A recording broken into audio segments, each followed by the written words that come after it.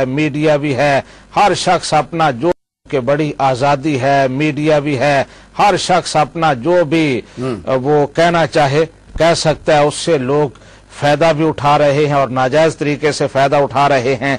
और बल्कि हर दौर में आज भी है और आज कुछ ज्यादा हर दौर में एक जिद्दत पसंदी का मर्ज रहा है। कुछ लोग उसका शिकार होते हैं और अपने आप को एक मॉडर्न और नया लिबरल और दानिशवर साबित करने के लिए दीन इस्लाम की ऐसी ऐसी तावीलात करते हैं, ताबीरात करते हैं जिनका कुरान और हदीस के साथ कोई ताल्लुक नहीं है।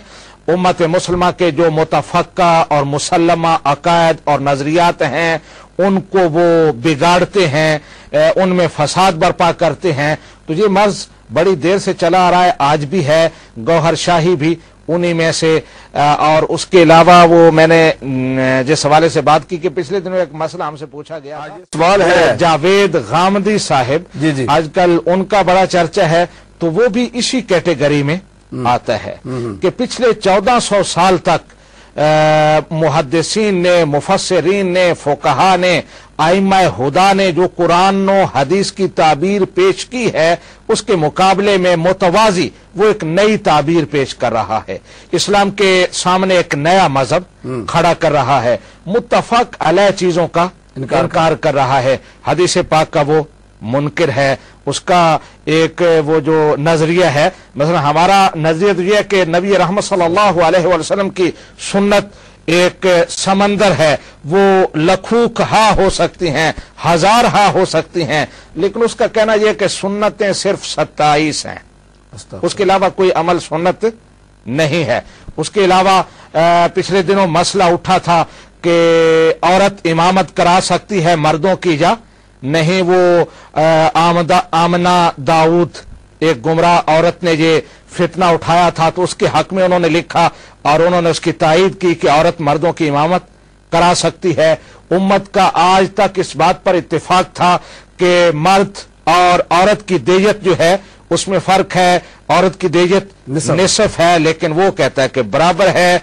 उम्मत का इस बात पर अभी भी एक बहन ने मसला पूछा है निकाब के हवाले से कि पर्दा जो है कुरान और हदीस का हुक्म है और औरत के लिए सबसे पहला फरीजा ये है, नमाज वो बाद में पढ़ेगी, पहले वो पर्दे का एहतमाम करेगी। लेकिन वो कहता है कि औरत के लिए किसी पर्दे का कोई हुक्म शरीयत में नहीं है। इसी तरह वो जिहाद का मुनकिर है, कुरानी सजाओं का मुनकिर है और बेशुमार चीजें हैं जिन पर उम्मत मुसलमा का आज तक इत्तेफाक चला आ रहा है, उनमें वो नकब लगा रहा है। तो गोया ये एक गामदी शरीयत नए सिरे से नई तरह डाली जा रही है, नई तरह डाली जा रही है। मैं एक मिसाल पेश करता हूँ, सूरह फील है ना, उसकी तफसीर में आज तक जो कुछ मुफस्सिरीन ने लिखा, बल्कि उम्मत मुसलमा का बच्चा बच्चा जिसे सूरह फील के साथ थोड़ा तारुफ हो जानता है कि इसकी बैकग्राउंड क्या है, इसका पसे मंजर क्या है, लेकिन उसने उसका भी इनकार किया है।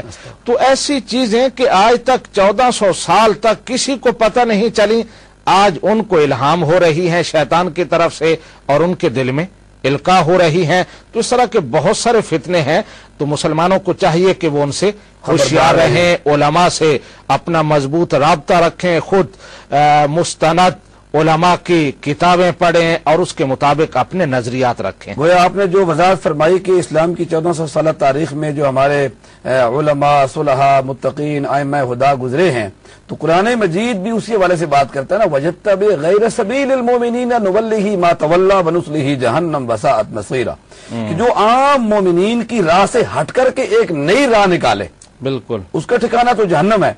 तो गोया ये गामदी साहब भी उन्हीं में से हैं। और एक नई गामदी साहब का एक और बहुत बड़ी जुर्रत जो है उनका ये कहना कि नबी रहमत सल्लल्लाहु अलैहि वसल्लम के रिहलत के बाद, आपके विसाल के बाद किसी को काफिर कहना जायज नहीं है। अस्तगफिरुल्लाह। इसका मतलब यह है कि ये जितने भी मुर्ताद हैं वो सारे उनके नजदीक मोमिन हैं, किसी को हम काफिर यानी कोई काफिर नहीं बनेगा, सारे चाहे वो खत्म नबूवत का इनकार करें, चाहे वो दीन के बुनियादी नजरियात का इनकार करें, उनको काफिर नहीं कहा जाएगा। लगता है कि इन्हें किसी खास मकसद के लिए वहां तक लाया गया। हर दौर में खरीदे जाते हैं बंदे, वो इस्तेमारी ताकतें जो हैं इस्लाम के खिलाफ جو سازشیں ہوتی ہیں وہ ان لوگوں کو سپورٹ کرتی ہیں.